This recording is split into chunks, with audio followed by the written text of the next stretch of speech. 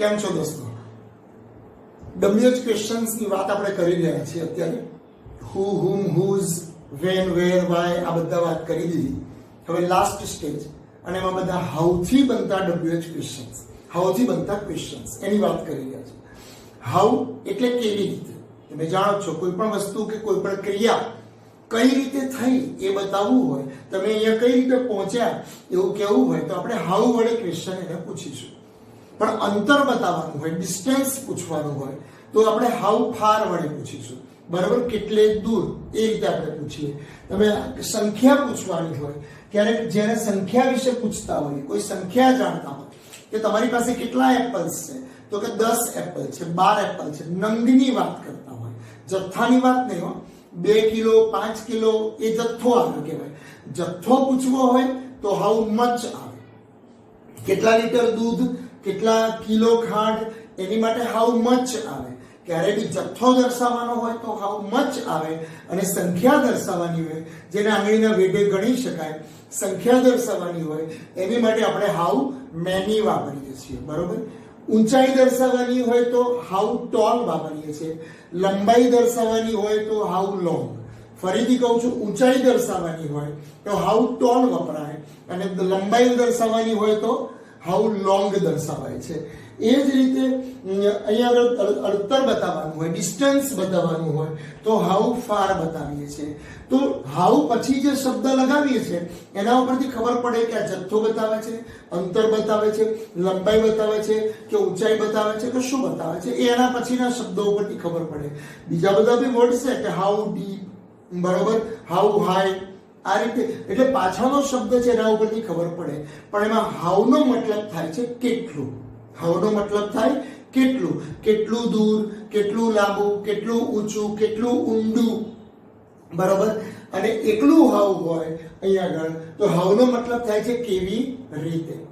તો સેન્ટેન્સમાં WH question જે બનાવવાના આવે છે કે અંડરલાઇન્ડ આન્સર માટે ક્વેશ્ચન બનાવો. Make a question to get the underlined answer. So જ્યારે આ પ્રકારનો પ્રશ્ન આવે છે, 3 માર્ક્સનો પૂછાય છે, એ આવે ત્યારે હંમેશા concentrate on the underlined answer. For example, see the first sentence. Ahmedabad is 100 kilometers far from Baroda. So what is underlined here? So 100 kilometers shows the distance. 100 kilometers shows the distance. અને distance આવે કે Ahmedabad બરોડાથી 100 kilometre દૂર છે. તો કેટલે દૂર, તો કેટલું દૂર, એની માટે આ બધા યાદ હવે આવી જવા જોઈએ કે હાઉ એટલે કેવી રીતે, હાઉ મેની એટલે કેટલા, હાઉ મચ એટલે કેટલું, હાઉ લોંગ એટલે કેટલી લંબાઈ, અને હાઉ ફાર એટલે કેટલું દૂર. તો અહીંયા અમદાવાદ બરોડાથી કેટલું દૂર છે એવું કેટલું દૂર એમ કેવું હોય તો કહી શકાય કે હાઉ ફાર. ડિસ્ટન્સ માટે શું આવશે? How far. હવે ટુ બી નું રૂપ મૂકીશું રાબેતા મુજબ, અથવા તો ઓક્સિલરી વર્બ મૂકીશું. અહીંયા ઇઝ આપેલું જ છે તો હાઉ ફાર ઇઝ. હવે દર વખતની જેમ ફોર્મ્યુલા ગોખવા જવાનું નહીં, સીધું જ તમે જવા દેશો, એની જાતે સેન્ટેન્સ બનશે જો કરતાથી. તો હાઉ ફાર ઇઝ, હવે કરતાથી શરૂ કરો. How far is Ahmedabad. Is તો આવી ગયું, અંડરલાઈન આન્સર લખાય નહીં. How far is Ahmedabad from Baroda. How far is Ahmedabad from Baroda?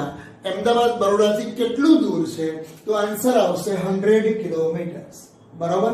તો ડિસ્ટન્સ બતાવવાનું હોય. whenever we want to show the distance we will use the question using how far. Jinesh bought by નું past tense છે, કારણ તો હંમેશા યાદ રાખવાનો જ. by નું past tense bought, by bought bought. બરાબર ને, V2 છે આ, અને એટલે તરત did બહાર આવશે. બરાબર, રાબેતા મુજબ. તો જીનેશ બોટ 1 kg ઘી. તો જો 1 kg, પણ kg કિલોગ્રામ, ગ્રામ, મિલીગ્રામ, લીટર, મિલીલીટર, આ બધું શું બતાવે? ધેટ શોઝ ધ માસ. માસ મતલબ કે જથ્થો બતાવે. અને જ્યારે જથ્થો બતાવતા હોય ત્યારે કેટલુંના અર્થમાં આપણે વાપરીશું હાઉ મચ. જથ્થો બતાવવાનો હોય ત્યારે કેટલુંના મતલબમાં શું વાપરીશું? હાઉ મચ, એમાં ફિગર નહીં જોવાની, આંકડો નહીં જોવાનો, બરાબર, પણ કિલોગ્રામ લખેલું છે એટલે હાઉ મચ આવશે. તો આપણે લખી શકીએ કે હાઉ મચ, બરાબર. પછી હાઉ મચ પછી નાઉન લખવું પડે, કેટલું. હાઉ મચ એટલે કેટલું, પણ કેટલું શું? દૂધ, દહીં, શ્રીખંડ, મઠ્ઠો ના ભાઈ, ઘીની વાત ચાલે છે, ક્યાં શ્રીખંડની વાત કરો? તો હાઉ મચ ઘી, બરોબર ને, હાઉ મચ ઘી. હવે ટુ બી નું રૂપ મૂકવાનું અથવા તો ઓક્સિલરી વર્બ મૂકવાનું, પણ બોટ ભૂતકાળ છે એટલે એમાંથી શું છૂટું પડશે? ડીડ બાર આવે, બરોબર. ડીડ બાય થાય એટલે ડીડ બાર આવે. હવે કર્તાથી શરૂ કરી દઈશું. તો હાઉ મચ ઘી ડીડ, કર્તા કોણ છે? જીનેશ, અને બોટ છે તો એનું મેઇન વર્બ થાય બાય, ક્વેશ્ચન માર્ક, બરોબર. હાઉ મચ ઘી ડીડ જીનેશ બાય, કેટલું ઘી જીનેશે ખરીદ્યું, બરોબર. Kevin looks tall and handsome. તો ટોલ એન્ડ હેન્ડસમ કેવો દેખાય છે Kevin? Kevin looks tall and handsome. અંદર એન્ટ્રી લે ને તો એક્ટર નહીં જેમ પાછો એન્ટ્રી લે, જો મલકાઈ બી રહ્યો છે, આ સાંભળી રહ્યો છે ત્યારે મલકાઈ રહ્યો છે કેવિન.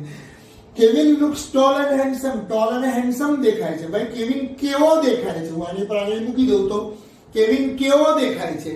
તો કેવો માટે તો એકલું હાઉ જ વપરાશે, બરોબર. એમાં હાઉ લોંગ, હાઉ ટોલ ના આવે, કારણ કે હાઈટ ટોલ ની વાત નથી, એના ફીચર્સ ની વાત છે. તો સીધું જ કહી દઈશું કે હાઉ. પછી ઓક્સિલરી વર્બ માટે જોવું હોય તો પહેલા વર્બ જોવું પડે. તો લુક્સ આપ્યું છે, અને looks that is in simple present tense, એટલા માટે એસ લાગેલો છે એટલે આપણે ડઝ બાર આવશે, બરોબર. તો હાઉ ડઝ, આગળથી કર્તાથી શરૂ કરી દઈએ. હાઉ ડઝ કેવિન, પછી મેઇન વર્બ આવશે, એસ નીકળી જાય એટલે લુક. સિમ્પલ સેન્ટેન્સ બની ગયું. જો how does Kevin look, Kevin કેવો દેખાય છે. અંશ will buy 2 T-shirts from the mall. પપ્પાએ પૈસા આપ્યા. અંશ will buy 2 T-shirts from the mall. Underline word કયો છે? 2. 2 ની પાછળ કિલોગ્રામ, ગ્રામ, લીટર, મિલીલીટર છે ના જોઈએ ને ભાઈ. ટી-શર્ટ છે તો ટી-શર્ટ તો ગણી શકાય, બરાબર. કેટલી ટી-શર્ટ લાવ્યા? તો કે 2 ટી-શર્ટ લાવ્યા, મતલબ કે સંખ્યા દર્શાવે છે. It shows the numbers, and whenever we want to show the numbers we will use how many. શું વાપરીશું? how many. પણ how many અને how much વાપરીએ એટલે ખાસ યાદ રાખવાનું કે how many, પણ શું how many? સાયકલ્સ ના, how many ટી-શર્ટ્સ. એ નાઉન એના પછી તરત લખવું પડે. how many અને how much પછી હંમેશા નાઉન લખવું પડે. તો how many ટી-શર્ટ્સ. હવે ટુ બી નું રૂપ કે ઓક્સિલરી વર્બ મૂકવાનું છે. તો will બાય આપેલું છે, ફ્યુચર ટેન્સ છે તો will આપેલું છે તો આપણે will લખી દીધું. તો how many ટી-શર્ટ્સ will, ભવિષ્યકાળ છે, સિમ્પલ ફ્યુચર ટેન્સ છે એટલે આપણે will લખ્યું. how many ટી-શર્ટ્સ will કોણ? તો અહીંયાથી શરૂ કરી દઈશું, જે લખ્યું નથી એ બધું આવી જશે. તો how many ટી-શર્ટ્સ will, અંશ will આવી ગયું, બાય 2 તો લખાય નહીં, ટી-શર્ટ આવી ગઈ, વધ્યું શું? From the mall, question mark. how many T-shirts will, અંશ બાય ફ્રોમ ધ મોલ. જો તમે how many આપ્યું, એના પછી નાઉન આવી ગયું, એના પછી ઓક્સિલરી વર્બ તો કે આવી ગયું, સબ્જેક્ટ અંશ તો કે આવી ગયો, બરાબર. એના પછી મેઇન વર્બ એ પણ છે, અધર વર્ડ્સ એ પણ છે, ક્વેશ્ચન માર્ક તો હોય જ. તો how many ટી-શર્ટ્સ will, અંશ buy from the mall. Okay. Ayush fought bravely. Underline શબ્દ એડવર્બ બતાવે છે, બ્રેવલી. આયુષ fought, આયુષે લડ્યો, પણ કેવી રીતે લડ્યો? એને કેવી લડત આપી? બ્રેવલી, હિંમતપૂર્વક, સિંઘમની જેમ હિંમતપૂર્વક. Ayush fought bravely with Gabbar સિંહ. ગબ્બર સિંહ સાથે બહુ જ બ્રેવલી લડ્યો. પેલા જય અને વીરુની જોડે જતો આવી. તો કે Ayush fought bravely with Gabbar સિંહ. તો હું આને બ્રેવલી ઉપર આને મૂકી દઉં, એડવર્બ ઉપર આને મૂકી દઉં તો આયુષ fought with ગબ્બર સિંહ. આયુષ ગબ્બર સિંહ સાથે લડ્યો, પણ કેવી રીતે લડ્યો? તો કેવી રીતે માટે હંમેશા હાઉ, બરાબર. અંડરલાઈન કરેલો શબ્દો પર હાથ મૂકીએ ને એટલે એની જાતે આન્સર મળે. કેવી રીતે લડ્યો? તો કે હાઉ. તો કહી શકાય હાઉ, પછી ઓક્સિલરી વર્બ મૂકવાનું, પણ fought એ ફાઇટનું ભૂતકાળ છે અને ફાઇટનું સિમ્પલ પાસ્ટ ટેન્સ છે એટલે બહાર આવશે ડીડ. ડીડ અને પછી આગળ ફાઇટ લખીશું, મેઇન વર્બ આવશે. તો હાઉ ડીડ, હવે WH ક્વેશ્ચન ઓક્સિલરી વર્બ આવે ને એટલે દર વખતે અહીંયા સબ્જેક્ટ થી શરૂ કરી દેવાનું, એની જાતે ફોર્મ્યુલા આવી જશે. તો હાઉ ડીડ આયુષ, ફોર્ટનું મેઇન વર્બ આવશે fight with Gabbar Singh, question mark. How did Ayush fight with Gabbar Singh. Okay.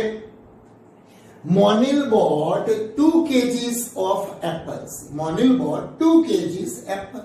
તો 2 kgs બે એપલ નથી, જુઓ મેં કેજી શબ્દ લખ્યો છે. ખાલી એમ કહું હોત કે મોનિલ બોટ 2 એપલ્સ, બે સફરજન ખરીદ્યો અથવા બે સફરજન લાવ્યો, તો હાઉ મેની એપલ્સ લખત, કારણ કે બે સફરજન એ સંખ્યા બતાવે, ઇટ શોઝ ધ નંબર્સ. હા, તો એને હાઉ મેની એપલ્સ લખાય. પણ અહીંયા 2 kgs છે અને 2 kgs એપલ, કેજી એ જથ્થો બતાવે, કિલોગ્રામ, ગ્રામ, મિલીગ્રામ, લીટર, મિલીલીટર, બરોબર, ગેલન. તો આ બધું ક્વિન્ટલ, તો આ બધી વસ્તુઓ જથ્થો બતાવે, માસ બતાવે.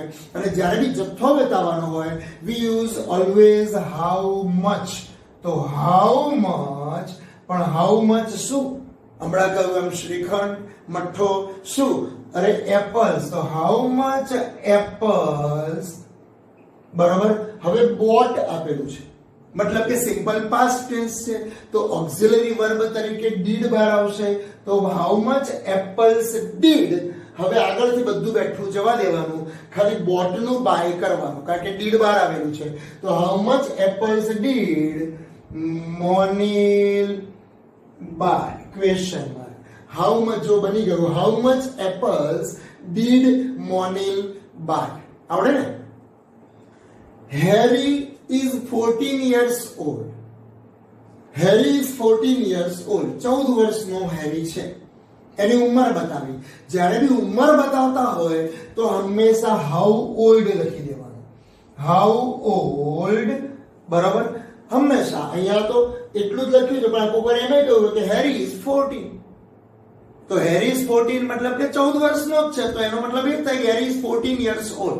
તો હંમેશા whenever you want to show the age at the time always use how old. પછી ટુ બી જોયું તો how old is, હવે વધ્યો કરતા કોણ? હેરી. એકદમ સિમ્પલ. how old is હેરી, કોઈની ઉંમર પૂછીએ તો સીધું એમ કહેવાય કે how old is Harry? Harry is 14 years old. બરાબર. જ્યારે બી ઘરમાં પણ તમે બોલતા હો, આજના આખા દિવસમાં જ્યારે બી કોઈ પણ ક્વેશ્ચનની વાત કરતા હો, હાઉ વાળા ક્વેશ્ચન આવશે આવશે ને આવશે. આનું વજન કેટલું, કેટલા કિલો કેરી લાવ્યા, કેટલા કિલો રીંગણ લાવ્યા, ફ્લાવર્સ લાવ્યા, કેબેજ લાવ્યા, બરાબર. એ રીતે હાઉ મેની, હાઉ ફાર. અહીંયાથી મનાલી, ફરી પાછું મનાલી આવ્યું. હા, મનાલી અહીંયાથી કેટલું દૂર, મનાલીથી લેહ લડાખ કેટલું દૂર, તો એમાં હાઉ ફાર આવશે. તો આજના દિવસમાં જેટલા બી આવા ક્વેશ્ચન પૂછીએ એમાં પ્લીઝ હાઉ વાપરીને તમે બોલજો ઇંગ્લિશમાં, તો તમને તરત સમજાશે. બાકી ફોર્મ્યુલા ગોખ ગોખ કરશો તો નહીં ખ્યાલ આવે, બરોબર. તો how old is Harry? This house has 4 bedrooms and 3 bathrooms. તો આમાં એવું લખવાની જરૂર નથી કે how many bathrooms and how many bedrooms. આવું લખવાની જરૂર નથી, કારણ કે અંડરલાઈનમાં જ આટલું કહી દીધું છે કે 4 bedrooms and 3 bathrooms. આ ઘરને 4 રૂમ અને 3 બાથરૂમ છે. સિમ્પલ. આ ઘર કેટલું મોટું છે? આવો જો પ્રશ્ન પૂછ્યો ત્યારે જ આ જવાબ મળે ને કે આ ઘર કેટલું મોટું છે. ભાઈ આ ઘર 3 BHK છે, આ ઘર 4 BHK છે. તો આનો પ્રશ્ન શું હોય? આ ઘર કેવડું છે, તો કેટલું મોટું છે. તો કેટલું મોટું માટે હંમેશા પ્રશ્ન પૂછાય હાઉ બિગ. હવે આટલું તો જીકે આપણે વાપરવું પડે, જનરલ નોલેજ વાપરવું પડે. હાઉ બિગ આવું આવે, બરાબર. તો how big is this house? How big is this house? આ ઘર કેટલું મોટું છે? તો એને કહીશું કે this house has. અહીંયા has આપ્યું છે પણ ક્વેશ્ચનમાં મેં has વાપર્યું નથી. એવું ના લખે કે how big has, એવું ના લખાય. How big is this house? આ ઘર કેટલું મોટું છે?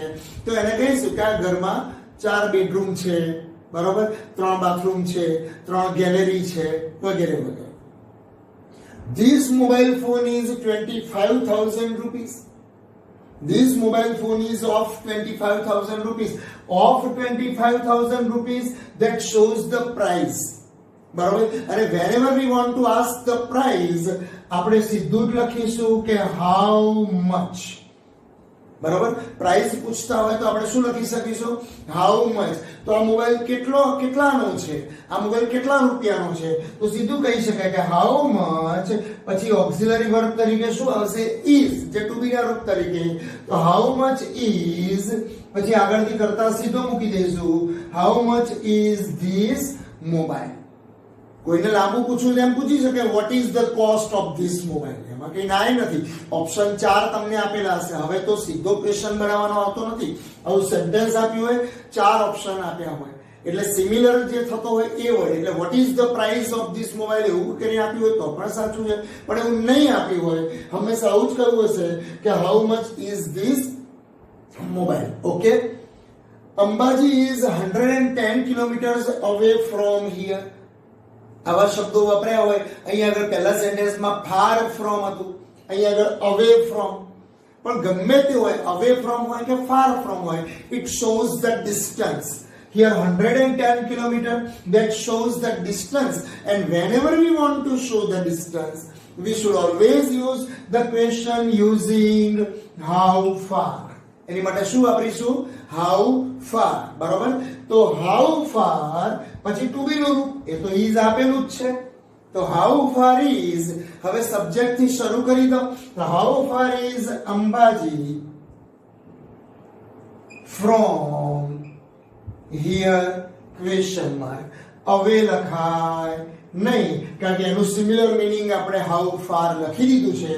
અવેની જગ્યાએ સિમિલર મીનિંગ હાઉ ફાર લખી દીધું, એટલે હવે ના લખાય. How far is Ambaji from here? Answer will be Ambaji is 110 kilometres away from here. Okay.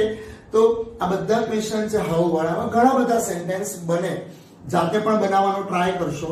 આ પ્રકારના હાઉ વાળા, how many, how much, how far, how deep, how long, લંબાઈ દર્શાવી તો હાઉ લોંગ, બરોબર, હાઉ.